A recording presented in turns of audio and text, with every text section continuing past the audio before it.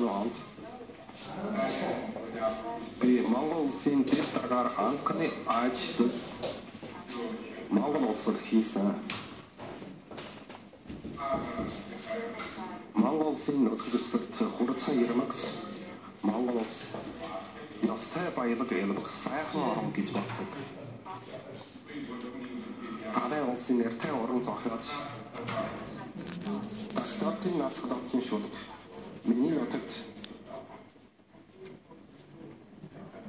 хантиги ханга сараны өндөр сайхан норгонод хойд зүгийн чиг болсон хой хөвч уулнууд мэнэн сарк намны ургын их говьуд өмнө зүгийн мангай болсон бэлсэн манхан давайнууд энэ бол миний төвсөн нутаг Монголын сайхан орн гэж хэлсэн.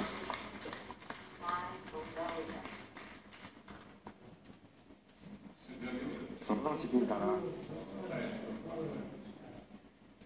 би дахин Монгол улсад ажиллаж энд хэн хөгжил цэцэг би Алсын бодлоос Улаанбаатар хотод замаар үзмжийг хараад